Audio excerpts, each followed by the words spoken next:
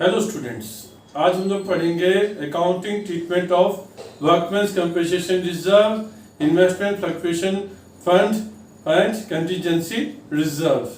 ये तीनों जो है इनका हम अकाउंटिंग ट्रीटमेंट आज करेंगे। तो सबसे पहले तो ये देखिए कि वर्कमेंस कंपनसेशन रिजर्व क्यों क्रिएट किया जाता है। वर्कमेंस कंपनसेशन रिजर्व या फंड जो है वो इसलिए क्रिएट करते हैं कि फ्यूचर में कोई वर्कर्स का क्लेम हो तो उसे हम सेटल कर पाए। इन्वेस्टमेंट फ्लक्चुएशन फंड या इन्वेस्टमेंट फ्लक्चुएशन रिजर्व जो है वो इन्वेस्टमेंट में होने वाले लॉस को कवर करता है। अगर फ्यूचर में कभी इन्वेस्टमेंट की वैल्यू गिर जाए तो हम उसको जो है इन्वेस्टमेंट फ्लक्चुएशन फंड या रिजर्व से कवर कर सकते हैं।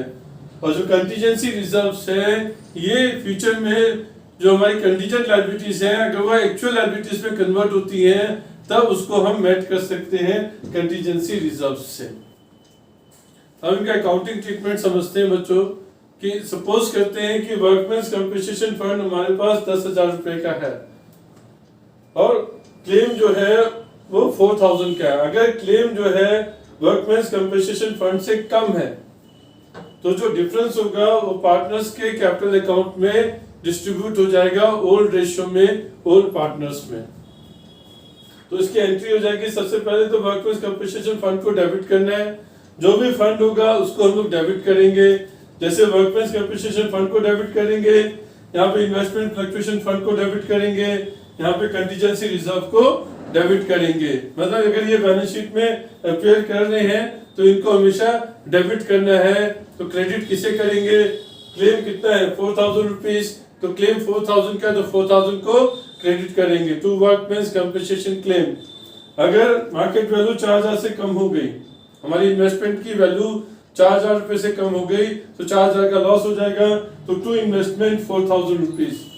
और अगर हमारी कंटीजेंट लायबिलिटी एक्चुअल लायबिलिटी में कन्वर्ट हो रही है और उसकी वैल्यू 4,000 है तो टू बैंक आ जाएगा 4,000 रुपीज। बाकी का जो अमाउंट बच गया मतलब 10,000 का फंड था, 4,000 क्लेम है तो 6,000 रुपए बच जाएंगे। 6,000 रुपए ओल्ड पार्टनर्स में डिस्ट्रीब्यूट हो जाएगा ओल्ड रेशियो में to old partners capital account old ratio में डिस्ट्रीब्यूट कर देंगे जो अमाउंट बच गया। एंट्री ये रही। Workmen's compensation fund reserve account को डेबिट करना है। जितना भी फंड था 10,000 रुपया और हमारा जितना क्लेम था 4,000 rupees to workmen's compensation claim आ जाएगा 4,000 रुपीज। और जो हमारा अमाउंट बच गया वो हमारा कैपिटल अकाउंट में जाएगा, पार्टनर्स के ओल्ड पार्टनर्स के कैपिटल अकाउंट में जाएगा ओल्ड रेशियो में डिस्ट्रीब्यूट होकर। अगर कोई क्लेम नहीं है, नो क्लेम, अगर कोई क्लेम नहीं है तो पूरा का पूरा पैसा पार्टनर्स के कैपिटल अकाउंट में डिस्ट्रीब्यूट हो जाएगा ओल्ड रेशियो में ओल्ड पार्टनर्स के कैपिटल अकाउंट में। तो अगर वर्कमेंस कंपनसेशन फंड 10,000 है तो वर्कमेंस कंपनसेशन फंड अकाउंट 10,000 से डेबिट होना है और बाकी का जो पूरा का पूरा अमाउंट है 10,000 वो ओल्ड रेशियो में बांट देंगे ओल्ड पार्टनर्स के कैपिटल अकाउंट में। अब अगर सपोज करते हैं क्लेम 15,000 का है और वर्कमेंस कंपनसेशन फंड 10,000 रुपया है तो यहाँ पे क्लेम जो है आपका ज्यादा है। जब क्लेम ज्यादा होगा तो लॉस हो रहा है 5,000 रुपए का तो वर्कमेंस कंपनसेशन फंड तो 10,000 से डेबिट करेंगे और जो लॉस हो रहा था ये रिवैल्यूएशन अकाउंट में एडजस्ट होगा।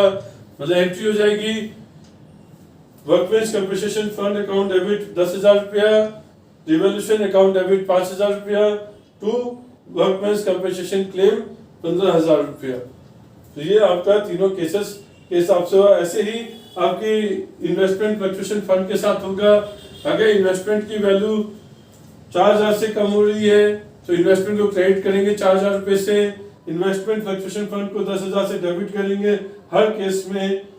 और जितना इन्वेस्टमेंट का लॉस हो रहा है इन्वेस्टमेंट को जैसे क्रेडिट कर देना है। टू इन्वेस्टमेंट यहाँ पे 4,000 रुपया, यहाँ कोई लॉस था नहीं तो इन्वेस्टमेंट आया नहीं, यहाँ पे इन्वेस्टमेंट आ रहा है तो जितना लॉस है 15,000 तो टू इन्वेस्टमेंट 15,000 लिखेंगे। और अगर वो बच गया अमाउंट बच गया तो पार्टनर्स कैपिटल अकाउंट में चला जाएगा, ओल्ड पार्टनर्स के कैपिटल अकाउंट में ओल्ड रेशियो में डिस्ट्रीब्यूट हो जाएगा। यहाँ कोई अमाउंट था नहीं लॉस का तो पूरा का पूरा अमाउंट जो है पार्टनर्स के कैपिटल अकाउंट में डिस्ट्रीब्यूट हो जाएगा। तो यहाँ पे लॉस ज्यादा है फ्लक्चुएशन फंड से तो जो डिफरेंस है 5,000 रुपए का वो रिवैल्यूएशन अकाउंट में जाएगा। ऐसे ही सेम ट्रीटमेंट आपकी कंटीजेंट लायबिलिटीज के लिए भी होंगी। अगर कंटीजेंट लायबिलिटी एक्चुअल लायबिलिटी में जब कन्वर्ट हो रही है तो उसकी वैल्यू रिजर्व से ज्यादा है, तो जो डिफरेंस है रिवैल्यूएशन अकाउंट में एडजस्ट करेंगे, पार्टनर को कुछ भी नहीं मिलेगा। अगर एक्चुअल लायबिलिटी होती ही नहीं, कंटीजेंट लायबिलिटी केवल कंटीजेंट रह जाती है और वो एक्चुअल लायबिलिटी में कन्वर्ट नहीं होती है, तो पूरा का पूरा कंटीजेंसी रिजर्व पार्टनर्स के कैपिटल अकाउंट में डिस्ट्रीब्यूट हो जाएगा। इसी हिसाब से अगर जो कंटीजेंट लायबिलिटी एक्चुअल लायबिलिटी में कन्वर्ट हो रही है और उसकी वैल्यू जो है कंटीजेंसी रिजर्व से कम है, तो जो डिफरेंस है वो पार्टनर्स के कैपिटल अकाउंट में डिस्ट्रीब्यूट होगा ओल्ड रेशियो में। उम्मीद करता हूं बच्चों आपको ये इसका ट्रीटमेंट समझ में आया होगा। Thank you.